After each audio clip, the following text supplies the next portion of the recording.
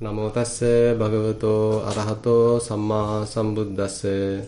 Namo tassa bhagavato arahato samma sambuddhassa. Namo tassa bhagavato arahato samma sambuddhassa. So probably you can remember that we have referred Hatthi Sariputta Sutta during the last couple of discussions while we are discussing about the animitta, the signless state of the mind. So that Hatthi Sariputta Sutta, I said that we'll take separately because it has something very interesting, and that's what today I am trying to take up. And it starts like this. So during that time Buddha was dwelling in Isipatana, in the Varanasi, where he has delivered his first sermon, Dhammacakkappavattana Sutta, at one time. So he is residing in this Isipatanarama. And now during that time, on returning from the alms round, so monks have gathered and they were discussing certain Dhamma, particularly the higher teachings of the Buddha. And so the discussion has gone with the elder monks, and Venerable Mahakottita is also there. And while this discussion is carried out, Venerable Hatthi Sariputta, being a young venerable, seems to be a newcomer, keep on interrupting the discussion. Now at that time Venerable Mahakottita informed Venerable Sariputta, when elder bhikkhus are engaged in a discussion pertaining to the Dhamma, so don't interrupt them. So you need to restrain yourself, you need to relax yourself. Till your time comes, you need to be silent. So don't interrupt them. So this is the kind of a comment what Venerable Mahakottita has mentioned. So during that time, by the way, there are several other monks also staying who are somewhat dear to Venerable Hatthi Sariputta. So they actually mention to Venerable Mahakottita, so don't disparage Venerable Hatthi Sariputta. So he's also wise and he's also capable of giving his comments to this discussion. So they actually have taken the side of Venerable Hatthi Sariputta and thinking that he is really a capable and talented person, so he is worthy of giving a comment. But here Venerable Mahakottita, by the way, denied, telling it is quite difficult to know someone else's mind. It is very difficult to assess someone's skills. And then he is giving a series of situations. So that is what actually this whole sutta is talking. And it has basically 6 such scenarios. So number 1 is related to the restrainment. You know that when we consider the monks, so they have to restrain themselves. And typically they are expected to stay with the teacher for at least 5 years. What we call as a kind of a dependency period, a Nissarana. A kind of a dependency period where the young monk, the novice, staying with the teacher for about 5 years, knowing about various customs, learning various traditions, having some understanding about the precepts, learning about the meditation and practicing, developing mindfulness, and learning how to preach, how to teach, so etc. Many things are there. So he has to learn because it's an entirely different subject. So therefore Buddha recommends monks to stay at least 5 years with a teacher within a monastery without going out alone. And while this particular monk is with the teachers and maybe even with the Buddha, so he behaves properly and he is really well restraining himself. But there could be a situation when he go out, or when the teachers are absent, teachers are not there, or Buddha is not there. So this particular monk can become somewhat forgetting about his restrainment. he now again deal with the others, maybe lay people, kings, ministers, members, other sectarian teachers, sectarian disciples. So various different kinds of groups with such various different kind of groups. So this monk start moving with and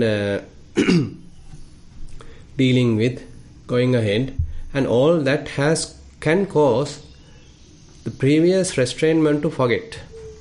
And ultimately all the different defilements again popping up in the mind, creeping up in the mind, and ultimately even the lust can invade his mind. So when lust invaded his mind, so probably even he might give up the training. He might even give up his monkhood. Now for this actually a very interesting simile Venerable Mahakottita is giving. Suppose there is a crop eating bull. Any bull may be eating any kind of a crop, particularly now in this agricultural society, when the paddy harvest is there, so certain bulls actually prefer to go to the paddy field and eat the paddy, and then they may destroy the whole paddy field. So what they do is they are binding this bull to a strong kind of a post. Now with using a strong rope. But now suppose that if this bull being able to break the rope, so what will happen? Is it possible for us to assure that he will not go to the paddy field and eat the crops, maintain his restrainment without harming any of the harvest? Or what would be the situation? Now actually the other monks, when Venerable Mahakottita asked from them, so they mentioned actually it is not possible. So this particular bull might go to the paddy field or any other crop, and it will destroy that crop. It will destroy the harvest. So that is the situation. Now similarly, Venerable Mahakottita is saying, so when this particular monk is within the circle, within the monastery, while dealing with the teachers, elders, so he may behave well, but it doesn't guarantee yet whether once he has gone out, he would behave properly. So that is the case. So this is one situation that Venerable Mahakottita is talking, particularly related to our Vinaya, related to our discipline.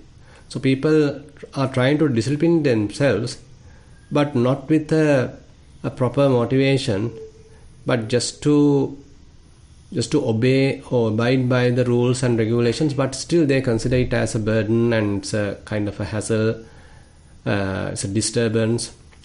They want to go out, they want to move with others, be friend with others. So all that are there, but still they are trying to restrain themselves. Once they get a chance, so everything they forget, and they start dealing with the others, moving with the others, talking with others, chattering with others, and everything happens. Ultimately he even forget about his practice, and ultimately even can disrobe. So this is one scenario related to our Vinaya, related to the discipline, because as you know, as monks, so it is not merely the meditation and the practice, and it has the Vinaya side as well, the discipline part as well. So first Venerable Mahakottita is talking about this discipline part. Then now he is talking about the practice, the second scenario. Suppose that particular monk is there, so he was able to practice first jhana. So he has abandoned the sensual desires, all sensual pleasures and all different unwholesome states. Viviccheva kamehi, vivicchakusalehi dhammehi, savitakkan savicharan vivekajan pīsasukang patamajjahanang upasampajja viherati. So basically he is able to now establish himself in the first jhana. Now first jhana is very interesting, as we already discussed to some extent. So when someone attains it at very first, So he feel really overwhelmed by that because it is quite joyful and fair amount of rapture is there, and his mind keep calm, relaxed, and the blissful experience and all that. Actually very much like he is now overwhelmed by that. He is quite happy about it, and he is quite happy about his attainment. And by the way, he takes it too far, thinking that okay, now I am quite accomplished and I am one with the owner of first jhana, I am one with such capacity. So basically kind of an overestimation can happen, because this is a kind of secluded experience, and there may be a situation that he may take it too much and ultimately what happened, he now want to move with the others. He has a desire to deal with the other affairs, other lay followers and lay activities, and going out, mingling with others, and all that. Ultimately what happened? So he loses his practice, and again he simply start too much dealing with talking and chattering and all that, and ultimately again the lust can invade his mind, because all the defilements are still there. So it was very much like suppressed because of the power of concentration. But now as he forgets about his training, again all the lustful thoughts, sensual desires going to arise, and ultimately his mind again become very much like pervaded or overwhelmed by lust. Again there is a possibility he can even revert to the lay life. Now Venerable Mahakottitha is giving another simile here. Suppose there is a crossroad, and typically now we are talking about little old fashioned roads, unlike today like carpeting and all sophisticated kind of roads are not there.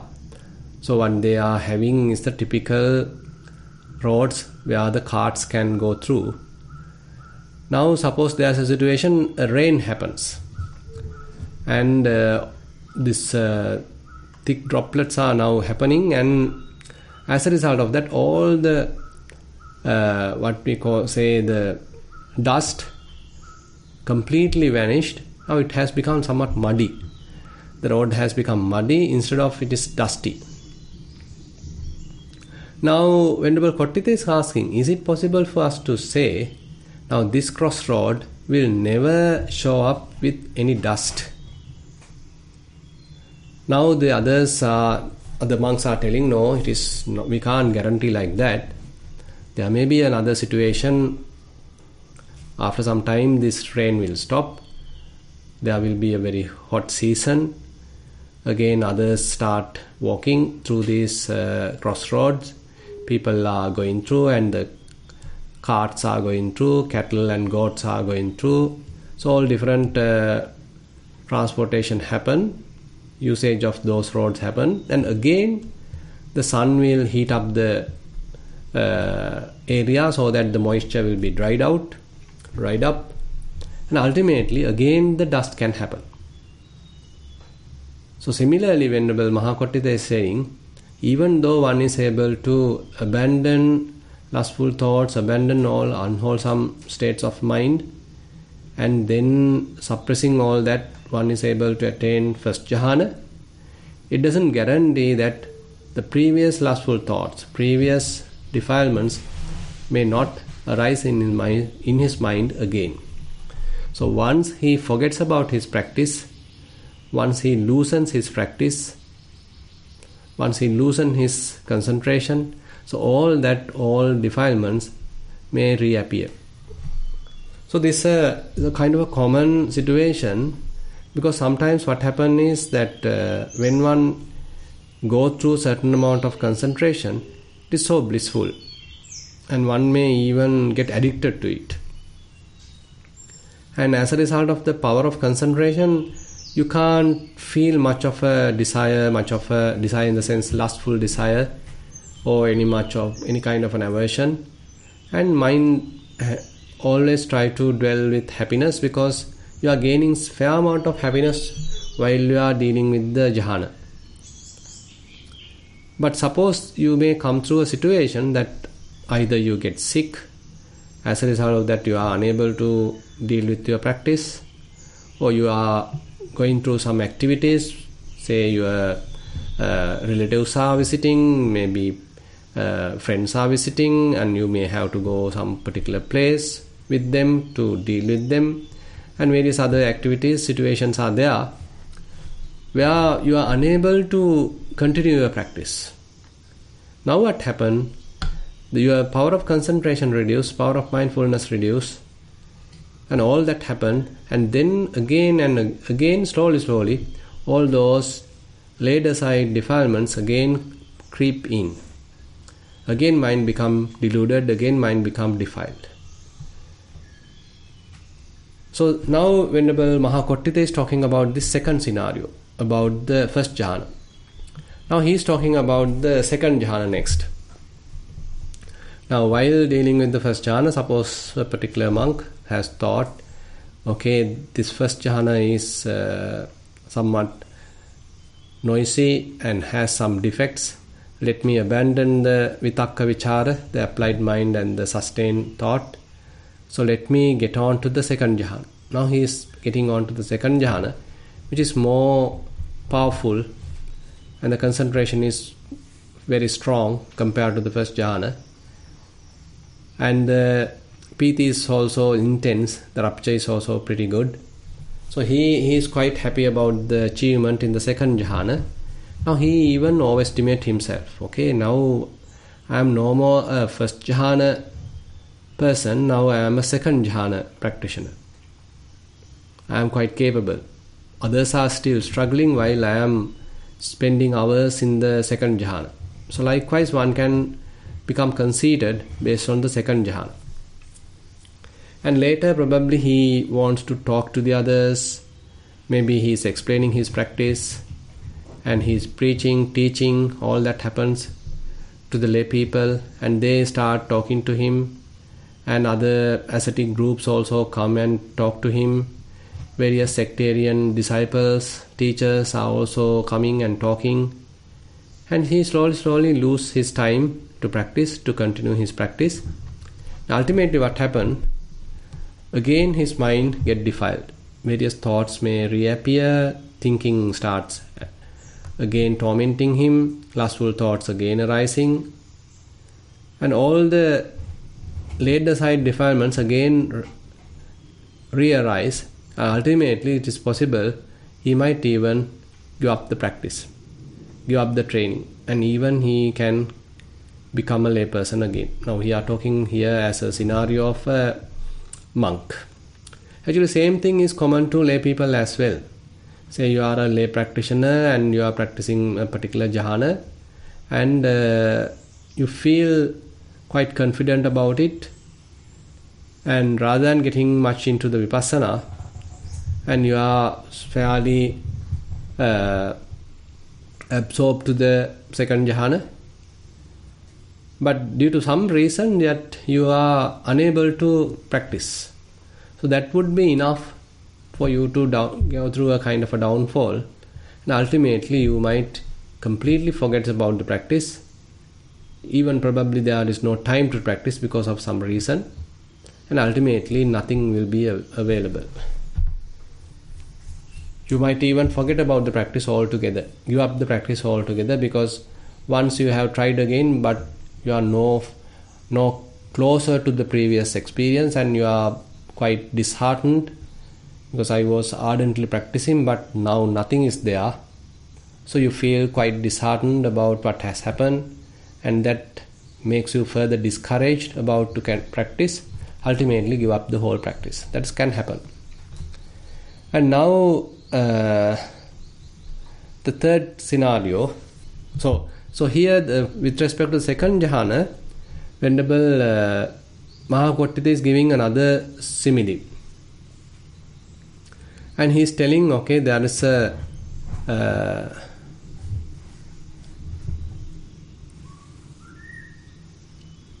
there's a kind of a large pond, and because of the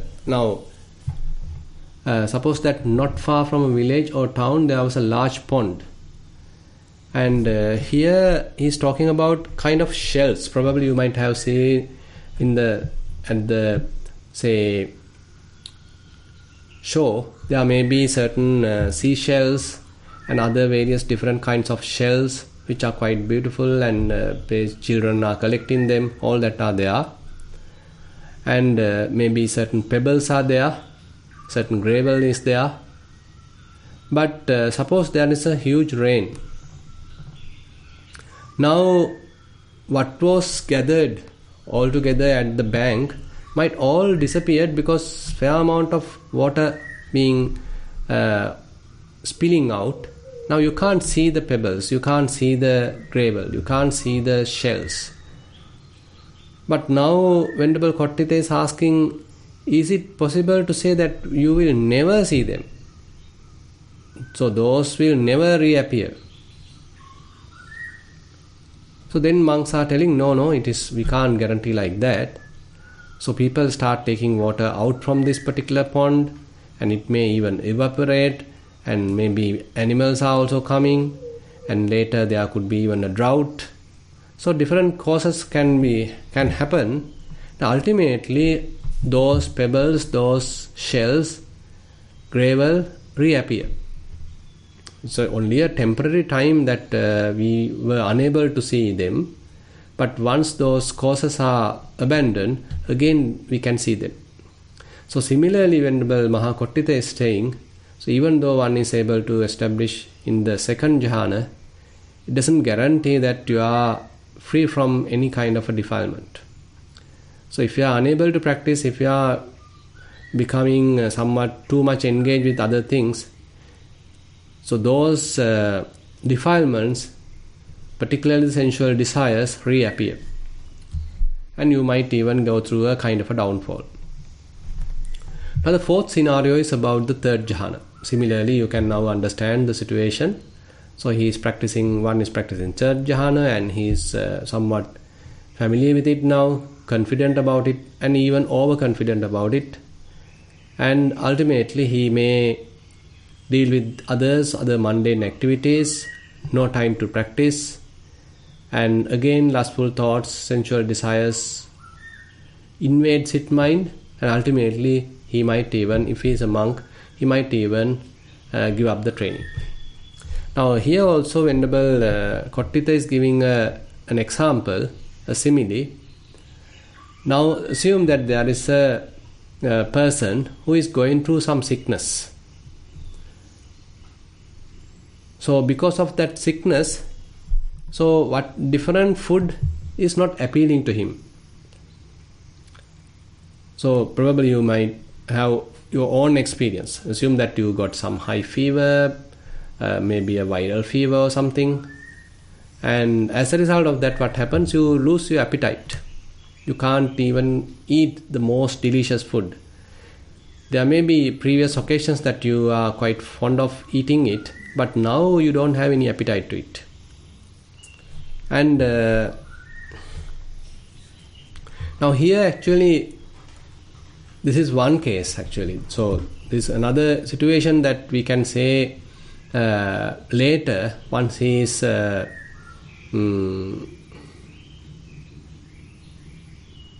getting well, he may be able to arouse his appetite again, regain his appetite, and again he may start eating it. Now actually the simile given is little different, where Venerable Mahakottitha is saying, assume that there is a person who is well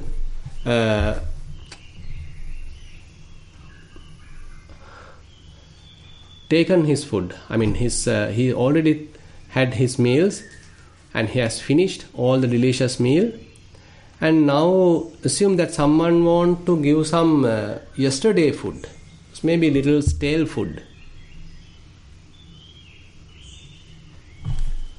Now if that how can we say, will that man eat that stale food? So we can say no, I mean, because he's already finished, already full, and what he has eaten is also quite delicious. So the previous day food is not something appealing to him. Now, will that assure for him, in case he is not getting any kind of a food in the future, but what is only available is the yesterday's food, but there is no food today at all, he didn't receive any food today,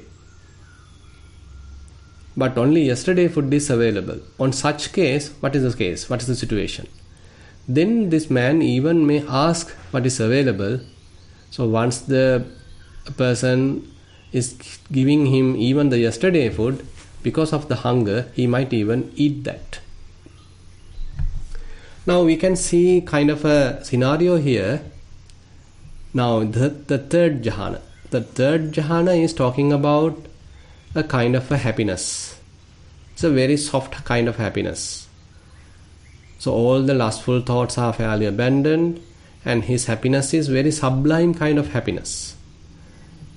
But it doesn't guarantee that he might not return back to the mundane happiness. Suppose he is a practitioner, he is practicing third jhana and he is quite happy during that time. So he is not might happy about going to seeing a cinema or going to a film or to a musical show or dealing with the friends. So such kind of mundane kind of activity he might not prefer, because more and more sublime happiness is available for him. But it doesn't guarantee he might not go back. He will never go back. We can't guarantee like that. So there could be a situation that he is unable to involve with his practice, continue his practice. Now he again been driven back to the old habits. He is going back to the old habits. Again his mind get overwhelmed by lust, hatred, delusion, etc. Now he forgets the practice altogether. So this is possible. And then Venerable Mahakottis is talking about the fourth jhana, some similar approach. And the simile given here is again different one.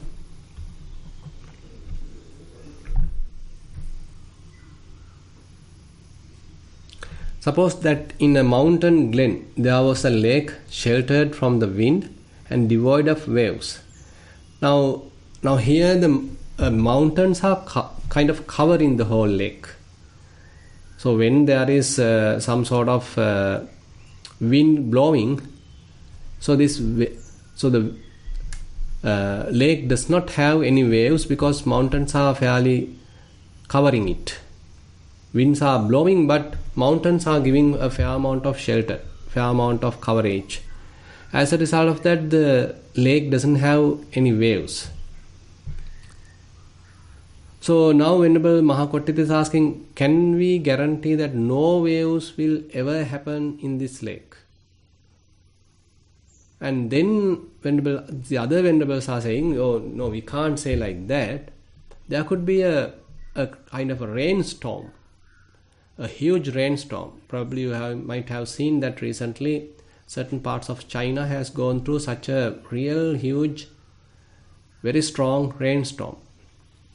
So when such happen, so you can't stop any of these. So this coverage coming from the mountains is not enough. So this lake become really turbulent and waves may appear in the lake. So likewise, Venerable Mahakottis is saying, even though he has practiced fourth jhana, it doesn't guarantee the kind of shivering of the mind, a kind of wavering of the mind. So the mind still can go through some sort of a shaky situation. Now the similes given are somewhat particularly given to the certain situation. Now with respect to the fourth jhana, that idea is it is very, very strong, very, very stable kind of a mind. Because the equanimity talking in the fourth jhana is a considerable type of equanimity. So his mind has become very, very stable. So that's why he's giving in the simile. So there is the 4 different kinds of mountains all around the sides, so that the lake is well fortified, the lake is fairly protected. It may remain very calm, quiet, without going through any kind of a turbulence. Even though wind is there, at the outside, a fair amount of coverage is coming because of the mountains. But still there is a situation, this stillness or this equanimity, this stability of the mind may go through some sort of a turbulence. So the given example is kind of a storm wind, which can even makes the lake turbulent. Similarly, even though one has very strong fourth jhana, even that can go through some sort of a scattering. Assume that you went through some difficult situation, you ended up with maybe a sickness, so that you are unable to practice at all, or you have to go through some hardship, or maybe very difficult excitement, a fearful situation. So such kind of extreme situations can make the mind again quite vulnerable. So you lose your steadiness of the mind, stability of the mind, and probably such kind of a situation can disturb the mind altogether. And on the other hand, if you lose your time to engage with the practice and say you start dealing with others too much, not spending enough time for yourself, that also can be another reason to go through a kind of a downfall. Now these are all talking about, first one is talking about the discipline, the Vinaya side. The other 4 are talking about the 4th jhana.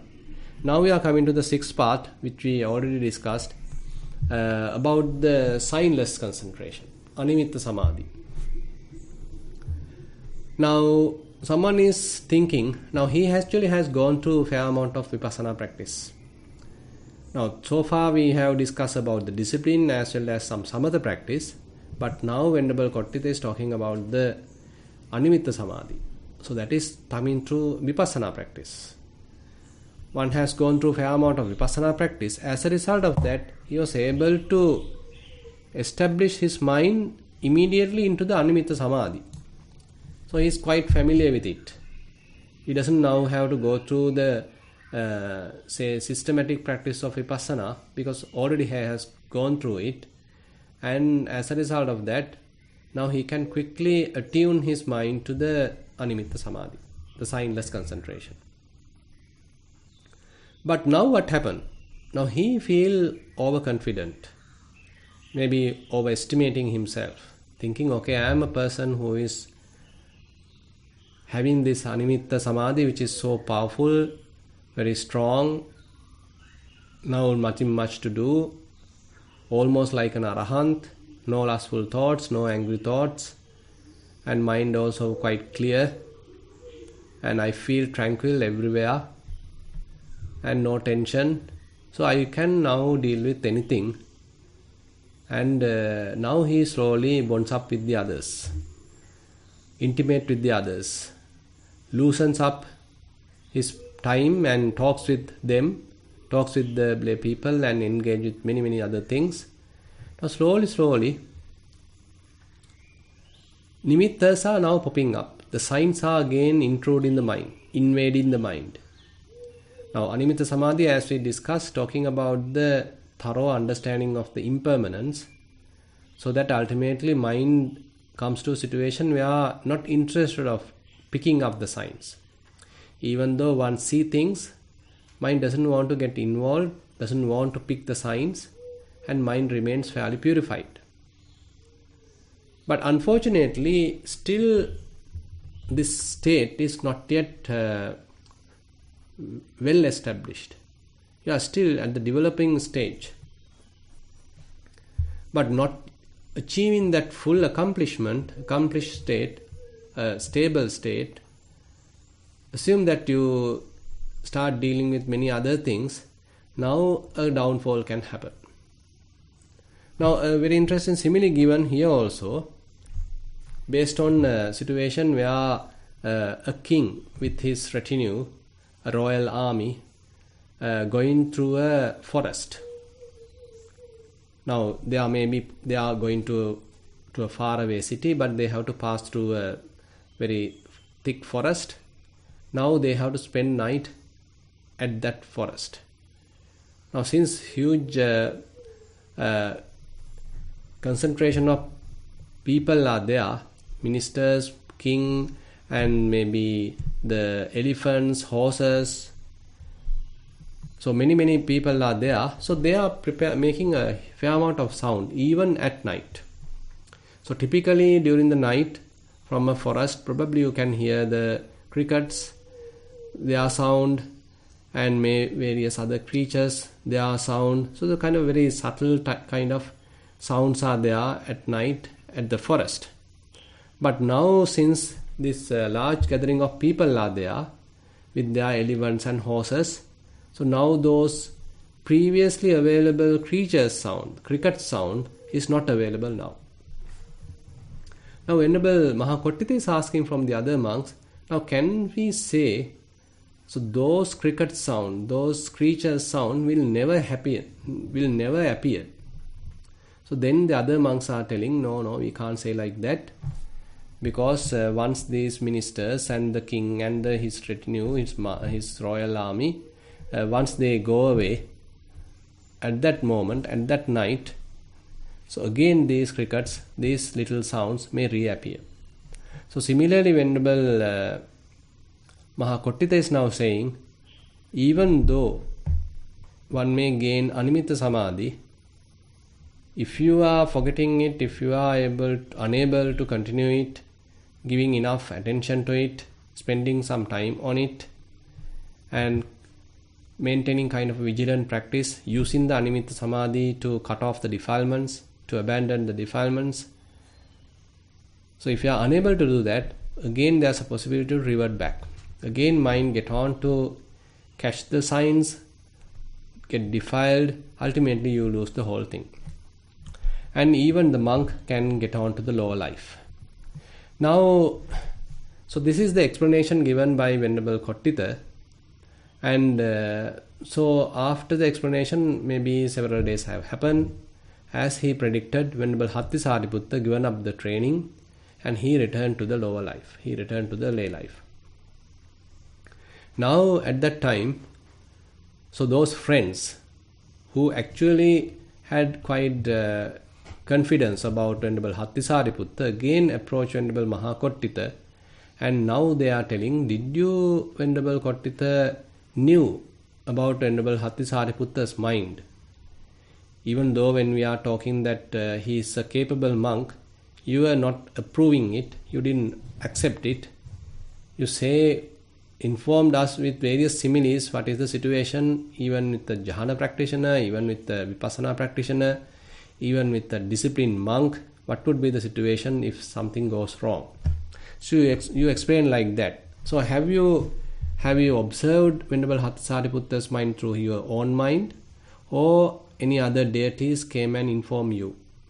And then Venerable Mahakottita is saying, I myself has seen Venerable Hatthi Sariputta's mind. I understood his situation. Similarly, deities also have informed me that there could be a kind of a risk on how Venerable Hatthi Sariputta is behaving. Now, when this incident has happened,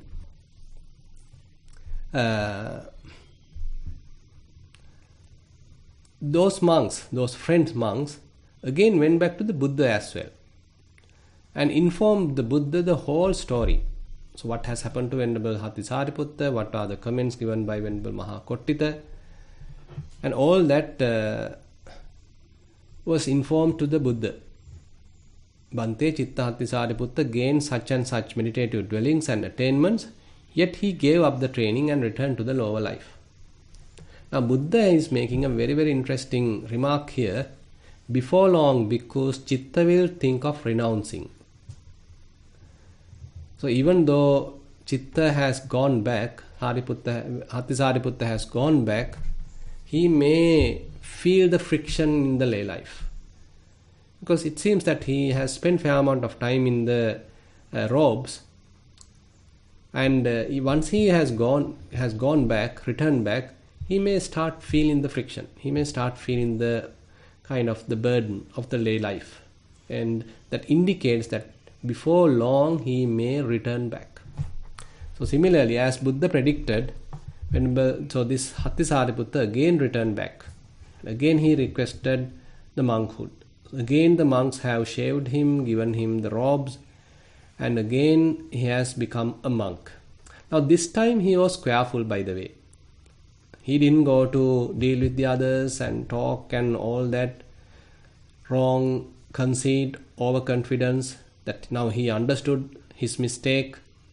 Now he has withdrawn himself from all those and was diligent about his practice and become quite resolute in his practice and had a secluded place also for his practice. And ultimately he was able to completely given up all the defilements without reappearing them. That means ultimately he became an arahant. So this is how the story ends. This Hatthi Sariputta Sutta ends, talking about various sides.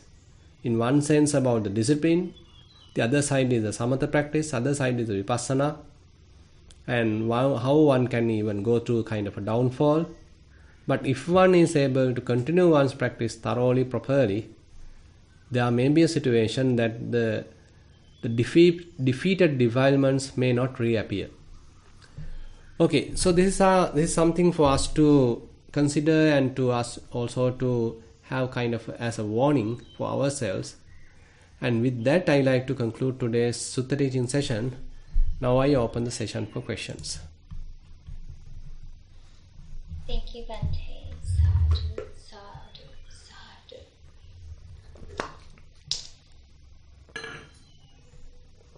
Any questions on your side, Bhante? No, they are quite silent today. You have, yeah, there's one question. Yeah. Right. Bhante, in the Pottapada Sutta, it's mentioned that this Chitta Hatthi Sariputta. Chitta is the same.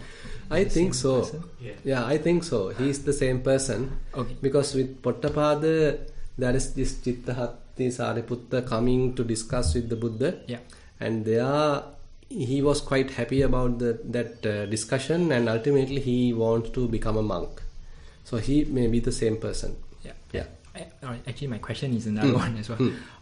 The cessation perception of an animitta concentration, right? No, so cessation concentration is different. I mean the animitta concentration. Animitta, signless concentration, right? Signless. Yeah, the signless concentration. There is it is said that it is a peak. There is a peak of cessation to it, and there are many ways. There is one and many. As Buddha said, it is one and many. I would take it that one and many means it is one peak but many ways to get there. Is that correct? You are talking about the Pottapada Sutta. Yeah. In the Pottapada Sutta, actually Buddha is calling about the Sanyagga. Sanyagga is the peak of perception. Yeah. So the peak of perception, they are now once Buddha delivered the discourse to Venerable to this Pottapada, actually during the discourse he is taking peak of perception as the nothingness, Akinchanyayatana. Yeah. So at the nothingness, while he is dealing with the nothingness, Buddha say, okay, now this person come into a kind of a consideration. Okay, I was practicing first jhana. Then I had the intention to achieve the second jhana by giving up first jhana. So I have achieved the second jhana. While I practicing second jhana, now I have an intention to go to the third jhana. So I have given up the second jhana, achieved the third jhana. While I am there, I want to achieve the fourth jhana. So I intended fourth jhana, given up the third jhana. So likewise, kind of a continuation of the intentions, continuation of a futuristic kind of event. So again and again I am having some intentional participation to a next jhana, giving up the old jhana. Now once he reaches the nothingness, he come to a conclusion, okay, I am not going to do it again. I don't want to have a future attainment anymore. And what I am trying to do is to abandon existing whatever the perceptions, existing feelings, formations. I am going to abandon them, let them calm down, and I am not going to have a future intention at all. So whatever intentionally made are causing some sort of a, say, impermanence. So it is not something useful. So let me stop this whole process. Now he come to that conclusion, that decision, and as a result of that, what happens? So he don't have any futuristic intentions. All the intentions are now calmed down, relaxed, subsided, and existing feelings and thoughts are also calmed down. As a result of that, what happens? He is able to touch the cessation, nirodham pusati. So he is able to touch the cessation. Now Pottapada is asking very interesting question. And Buddha says this is the sanyagga. So this is the peak of the perception. Now Pottapada is asking, Bhante, are you talking about only a single peak of perception, or are you talking many peak of perceptions? And then Buddha say, I am preaching both. So assume that you come to the first jhana, and you can come to that conclusion here itself. So I don't want to go future states. Let me finish everything here itself. So I am using the first jhana as my peak of perception, so that I am able to touch the cessation. Suppose you come to the second jhana. There you can come to the conclusion, okay, I don't want to go to the third jhana.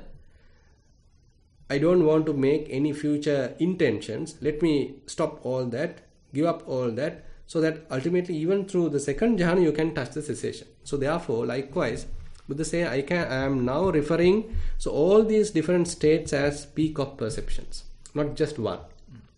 So therefore, so the answer is, it is you can practice any of the jhanas, and there you can come to this decision. You can come to the conclusion, okay, I am not going to future practice any other jhana or any other concentrated state. Let me stop preparations here altogether.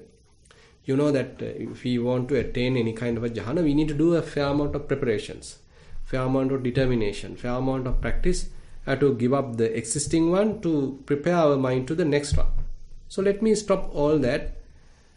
I'm completely giving up all the intentions, because it is preparing, making the mind a little burden and friction to the mind. So I am stopping that altogether. And what is I am experiencing right now, I am allowing it to calm down, to relax. So as a result of that, he is able to touch the cessation. And is the signless concentration sort of a way to get there as well? Yes, definitely. Because while now, as we discussed last time, say while you are in the signless concentration, there also Buddha say, okay, you need to reflect, this is also impermanent. Abhisankatang abhisanchetasikang. This is also constructed. This is also intentionally prepared. So it is your own practice helped you to achieve it. So it's also conditioned. What is conditioned is impermanent and subject to cessation, subject to passing away. So you are, rather than you are sort of absorbed to the nothing, rather the signlessness, you are simply allowing it to also calm down, relax it.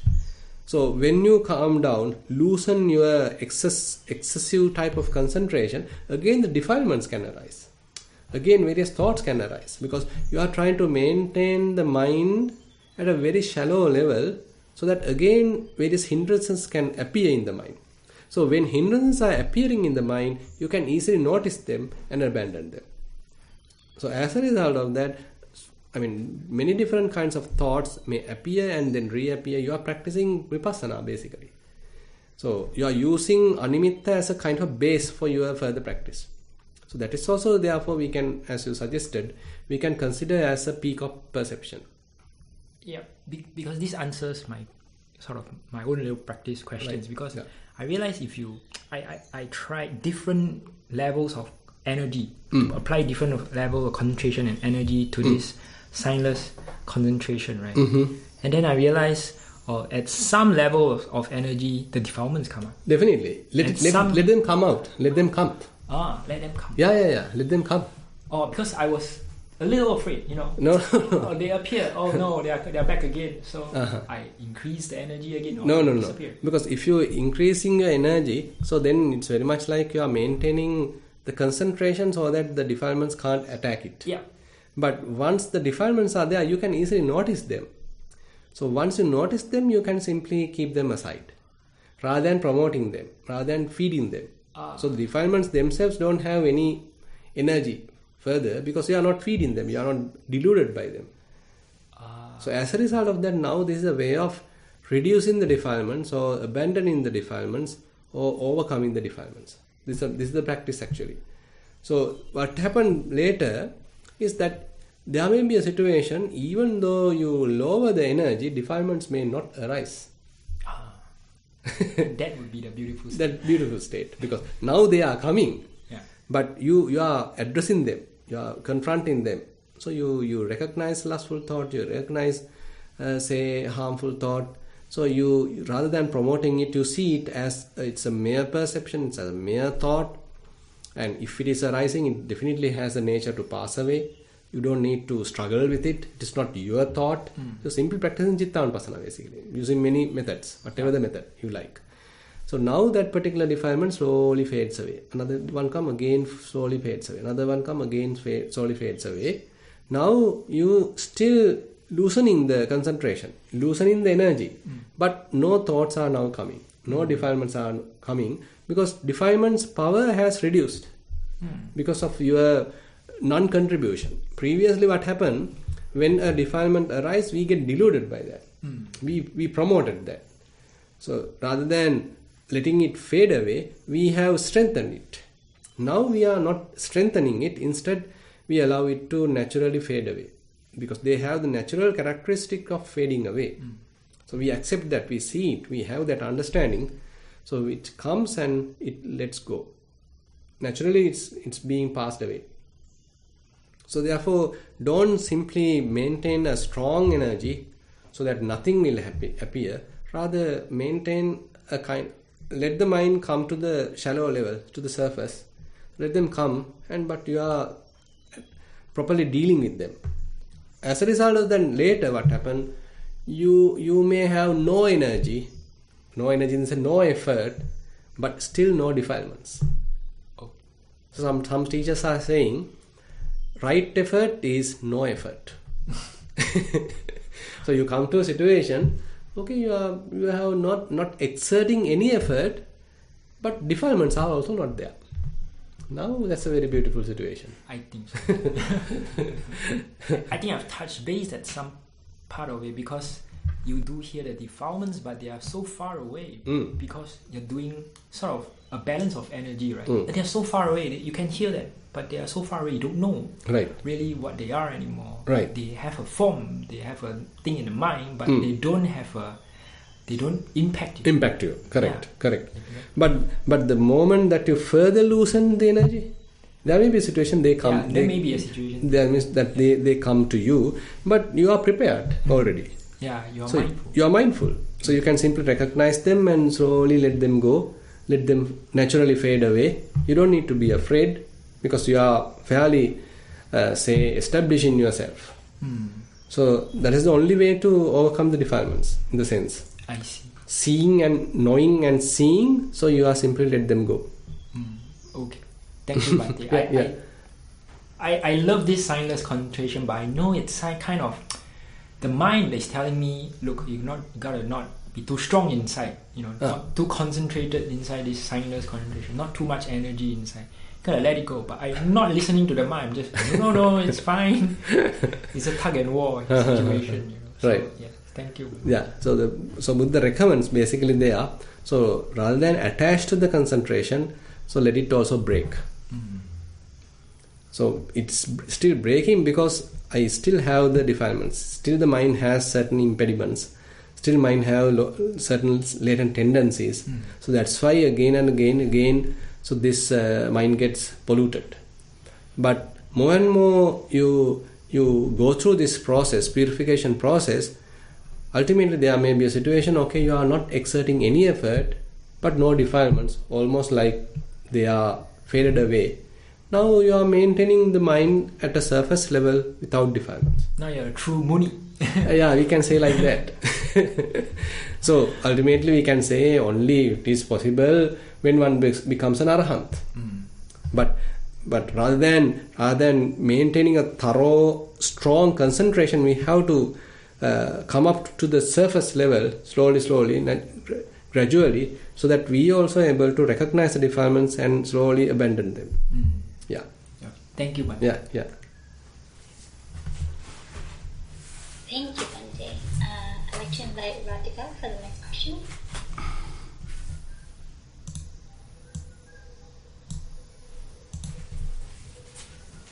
Thank you, Jennifer.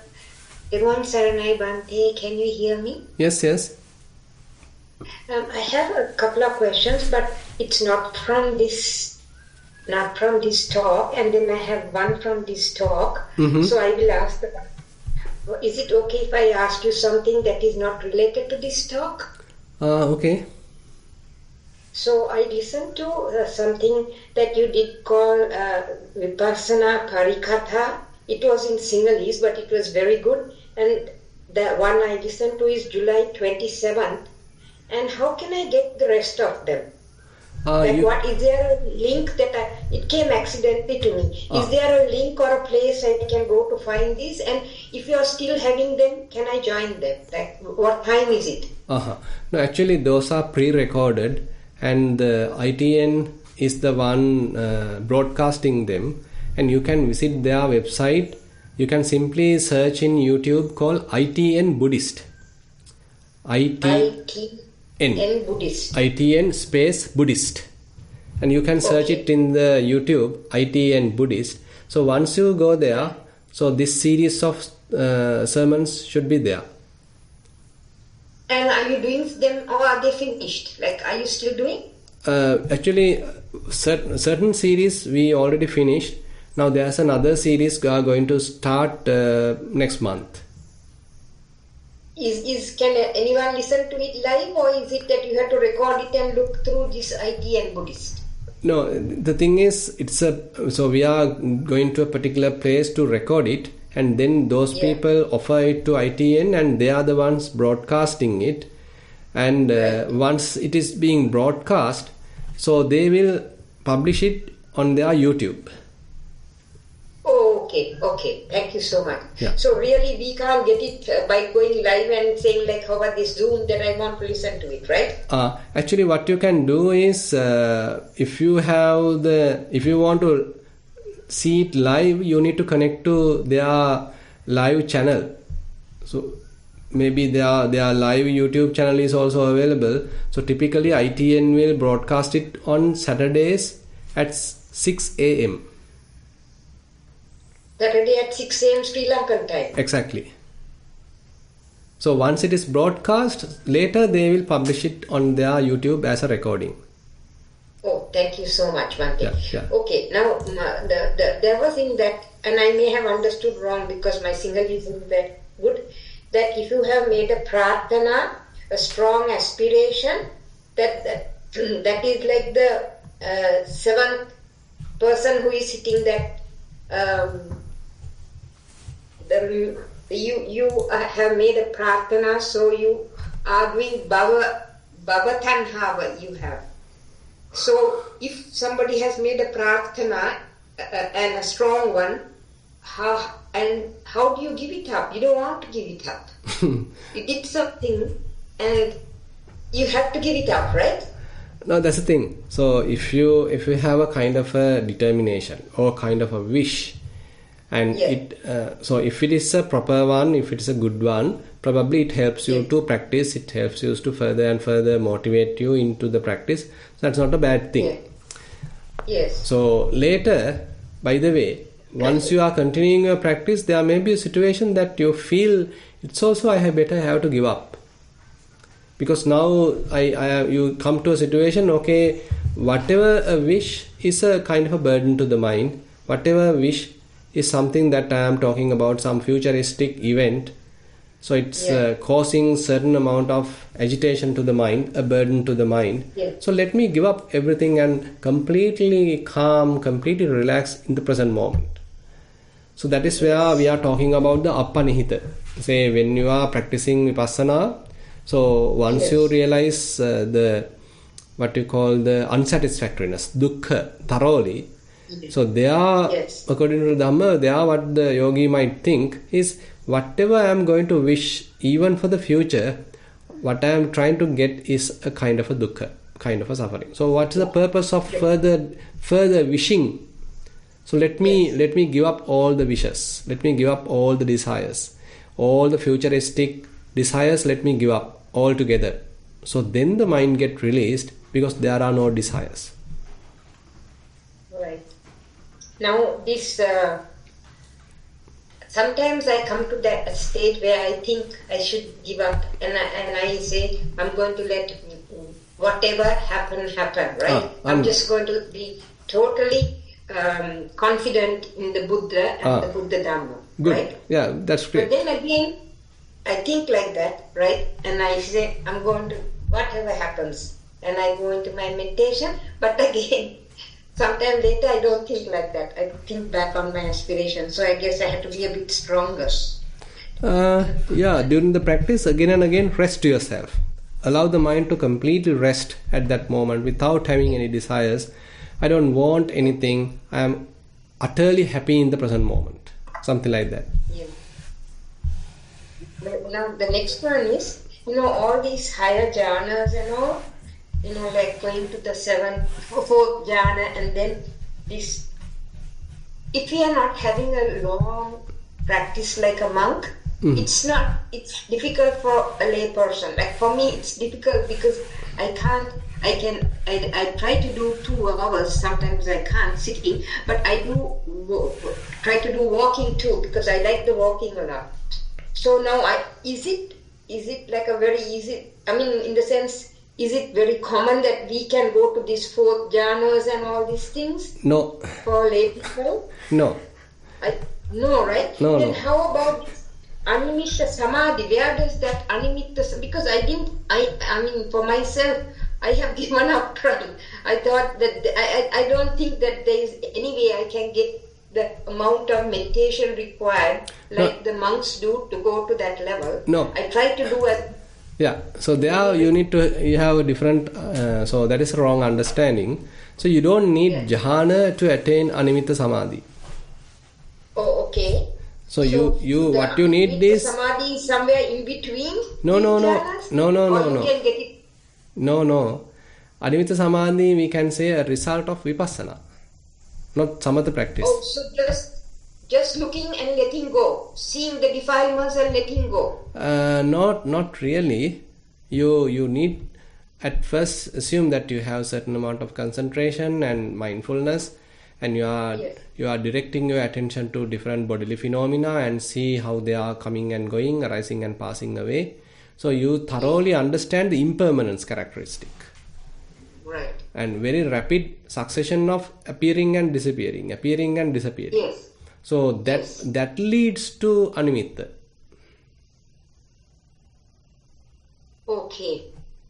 So you don't, if by chance you recognize that you don't have any defilements of the 5 hindrances and your mind is very calm, right? Yeah.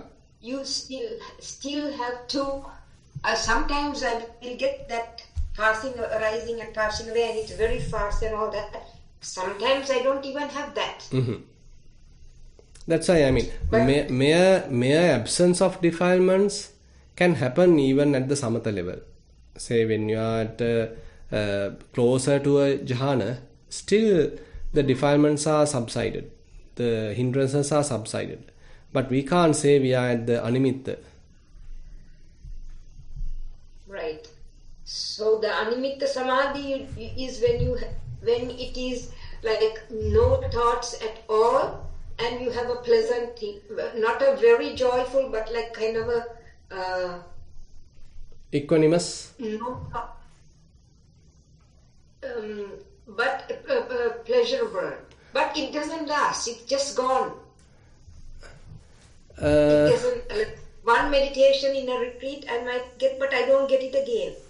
No. I don't know what. That's the thing. So you need to practice Sariputta for a long time, but a thorough practice of vipassana is required to get on to animitta.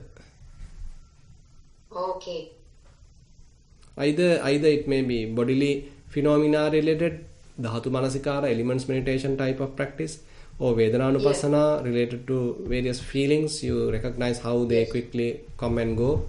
Or you are into Chittānupassana, seeing how various mental formations come and go, arise and pass away. So all that actually develops a fair amount of understanding onto the this impermanence, the transience of the phenomena. So that is the one actually causing to lead towards the animitta. Okay. Thank you very much. Okay. Thero and Saranai, Swami Mahansa. Thero and Saranai. Okay, thank you, Bante. I'd like to invite Priyan and Sujiva.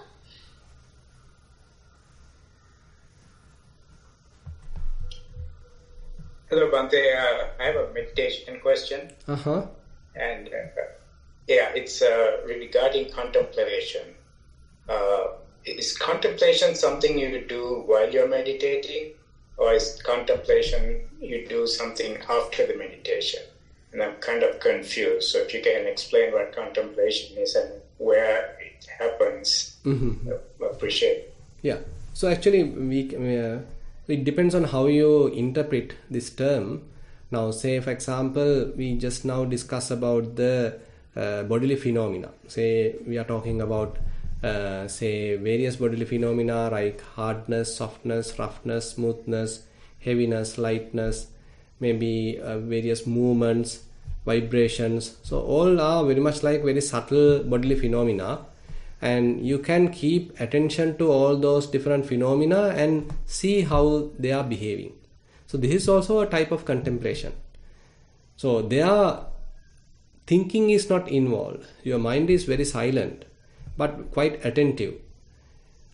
You are maintaining a fairly sharp mindfulness and very precise type of concentration, focused attention, and you can see how these bodily phenomena are arising and passing away.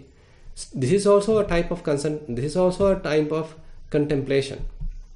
But mind is very calm, relaxed, quiet.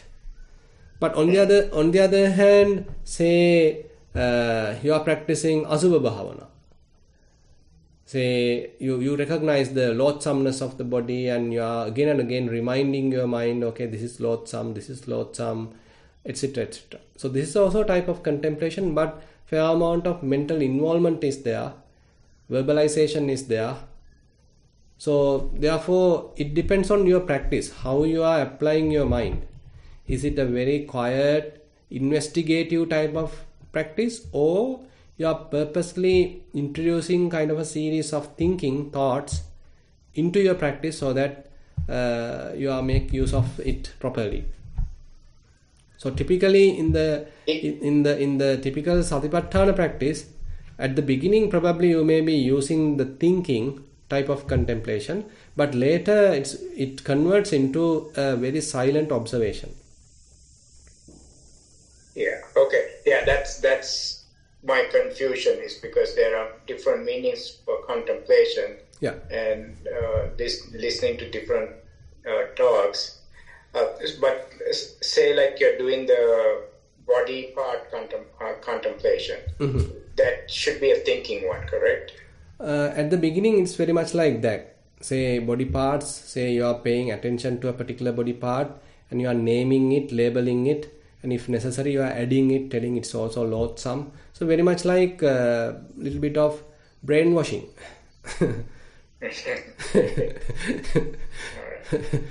But later, actually, once you come to the elements meditation, you have to keep a very silent mind.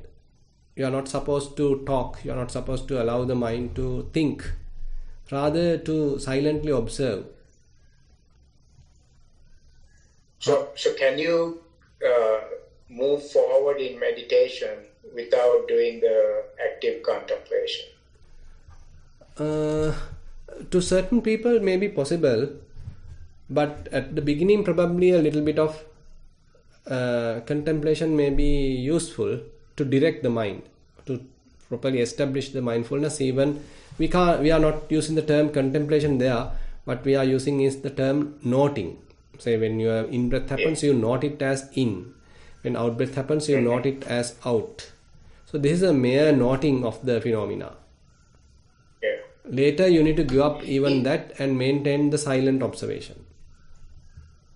I think past that, the noting section, and I get into, I had written to you also, where I get into a state where I don't have any sense of my senses nor my body, and I'm in a state, and then probably half an hour, 45 minutes later, I get back into my breath and feel the breath again, and I'm not sure whether I was fast asleep or whether I was in a samadhi state, and trying to understand how I can know that. Yeah, this is quite common because when you start developing concentration, it is not immediately happening with a very pure type of concentration. It's a mixture of little bit of lethargy or little drowsiness, and then mind also has some amount of concentration. But later, as a result of the practice, you can give up that drowsiness part. You come to a fairly attentive kind of a concentration. Don't worry about it. With time, you will arrive at that. Okay. Anyway, Thank you. Practice walking meditation also. It helps you to develop this awareness, the wakefulness of the mind. Not mere samatha type of practice, but it is promoting you mindfulness and wisdom. Okay, Bhante. Yeah, that's. I'm trying to do that, but it's hard to do. It's a little bit harder. But take on your advice and do it a little bit. Yeah. Okay. Thank you. Thero Sanai. Yeah, Thero Sanai. Thank you, Bhante. I'd like to invite Geshta for the next question. Saranai Bhante, I hope you can hear me. Yes. Very good. So, even from today's talk as well, I was basically sort of thinking about it is we as lay life individuals, but the sutra talk or the discussion today was basically about a monk and how his life progressed in different time frames as well. But for us, how this can be related, I guess, is just try to keep a strict discipline to ourselves. I guess that should be our practice as well. And I thought that is something to sort of question as well. Because we, in this life, we basically engage with, our kids, our work, our day-to-day political noise, and many other challenges. So with that mindset, would you advise how to sort of navigate this path? Yeah, that's an interesting thing. So as we practice Vipassana, so we get a kind of a reinforcement to the mind. So it is true at the beginning, particularly you need fair amount of seclusion and go to a retreat and strengthen your faculties. But later, slowly you get a sort of a reinforcement to the mind.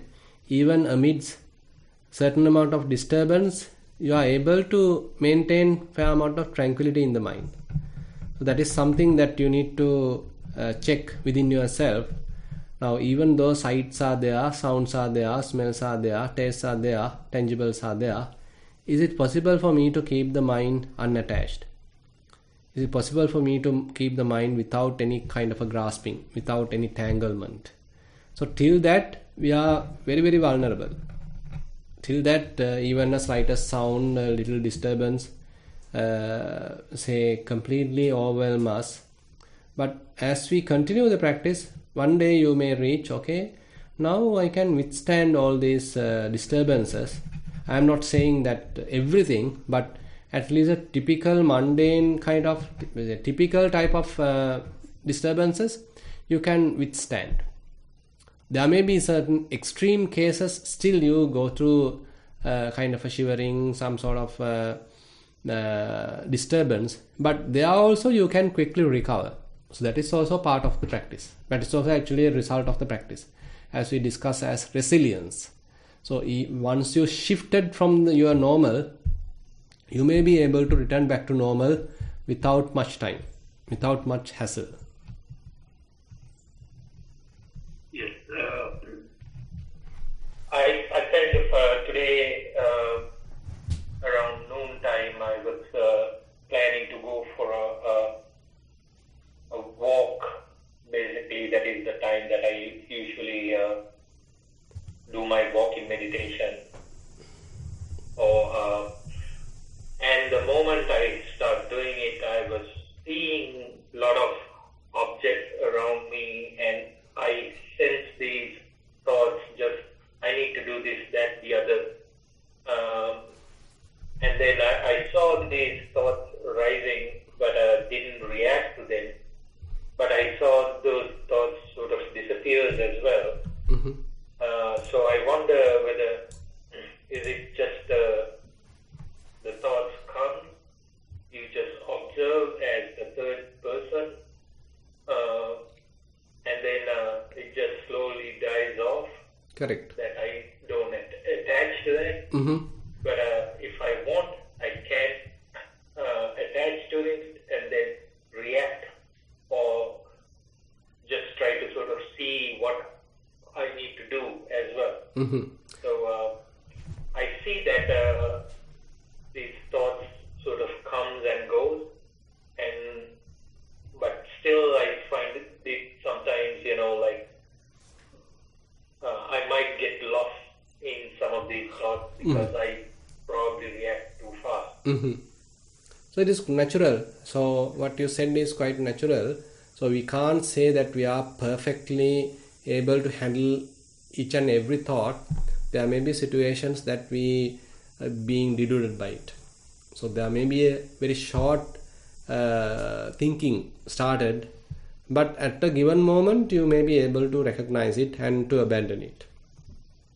That's why I mentioned, say, there may be some typical thoughts you can still recognize, okay, they are simply coming and going, they are merely thoughts. But there may be some very, very interesting and, compelling type of thoughts which you are compelled to think, easily driven by that. And later, anyway, at a moment that you may figure it out, okay, oh my goodness, I lost it. I went into a kind of unmindful state. So at that moment, you can apply your brakes, establish mindfulness, and basically return back to the calmness, tranquility, and unattached state of mind. Yes. Thank you, Bhante. I think I understand well here. One other, since I'm helping Jennifer on these discussions as well, I was thinking of bringing this Friday, there is going to be another discussion, monthly discussion on this mindful practice, I guess.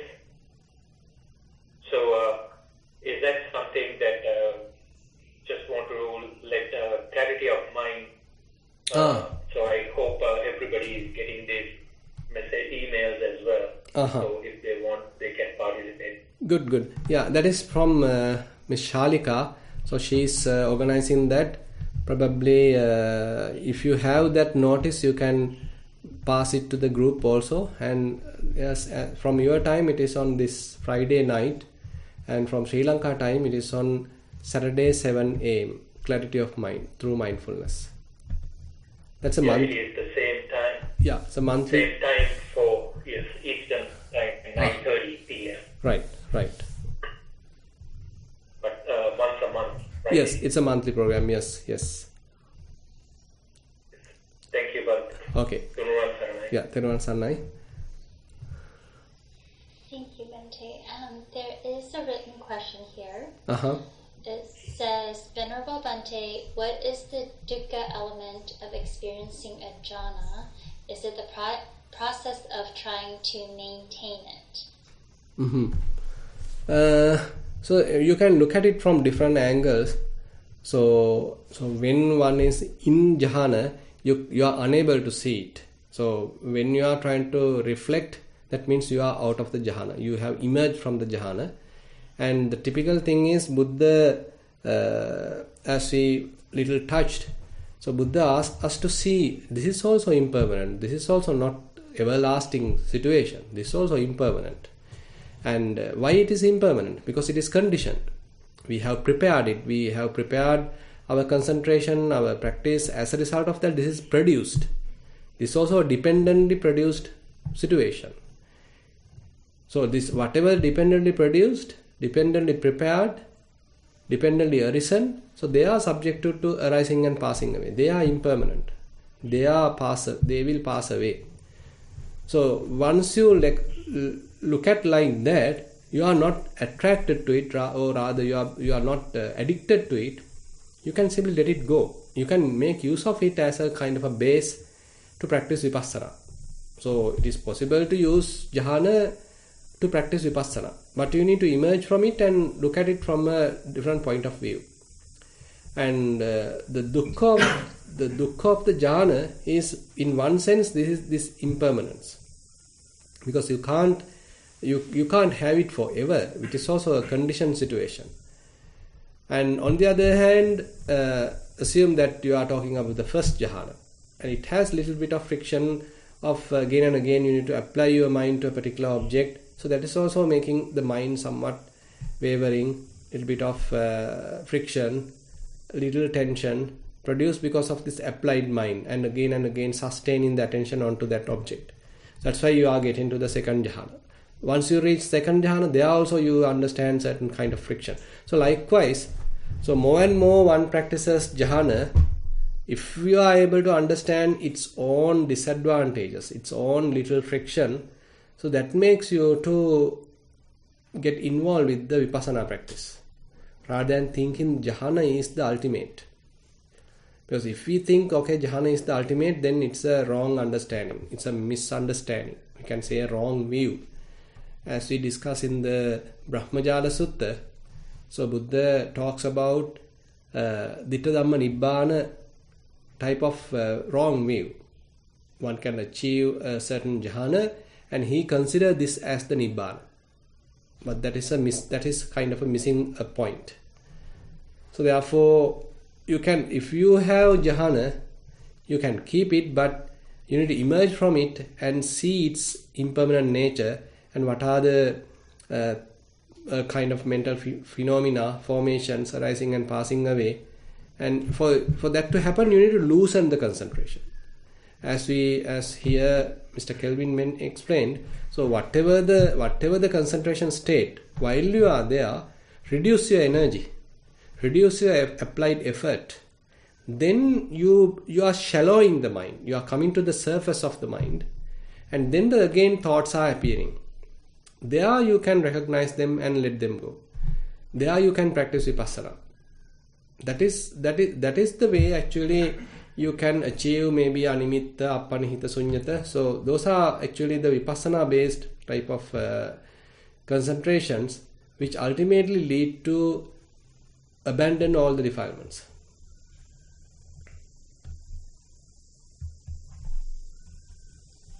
Thank you, Bhante. That's wonderful to hear.